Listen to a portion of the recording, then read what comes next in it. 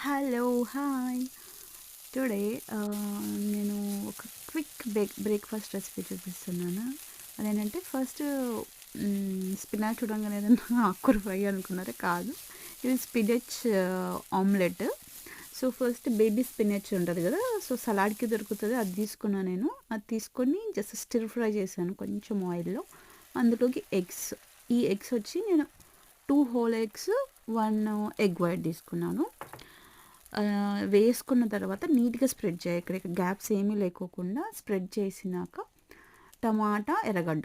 So, cut చేసుకొని వేసుకోవాలి. ఎర్రగడ్డ వచ్చి హాఫ్ మూన్ షేప్ కట్ చేసుకోవాలి. సో, అవి చిన్నగొస్తాయి బాగా విడదీసినప్పుడు. సో, బాగా కుక్ అయితాయి. సో, అవి వేసి మూత పెట్టేయాలి. మూత పెట్టి బాగా ఉడకనివ్వాలి. సో, చిన్న మంట మీదే ఉడకనివ్వాలి. ఒకవేళ మీరు ఫ్లేమ్ గిన పెద్దగా పెట్టారనుకోండి బిస్కెట్ అయిపోద్ది. కింద మాడిపోతది. పైన అస్సలు ఉడకదు. చండాలంగా ఉంటది టేస్ట్. సో, చిన్న మంట మీద పెట్టి ఉడికాక దీని మీద ఉప్పు, కారం. ఉప్పు, కారం ఈ 2 బేసిక్. ఉప్పు, పెప్పర్ పౌడర్ కూడా వేసుకోవచ్చు. బట్ నేను కారం వేసాను. పెప్పర్ పౌడర్ లేదు నాతో. మీకు కావాలంటే గరం మసాలా, జీరా పౌడర్ ఏదైనా వేసుకోవచ్చు. వేసుకున్న తర్వాత దాన్ని తిప్పేసి దాని మీద మళ్ళీ ఇంకొద్దిగా ఉప్పేసుకోవాలి. ఎందుకంటే నేను కలిపేటప్పుడు అసలు ఉప్పు వేయలేదు ఎగ్స్ కలిపేటప్పుడు.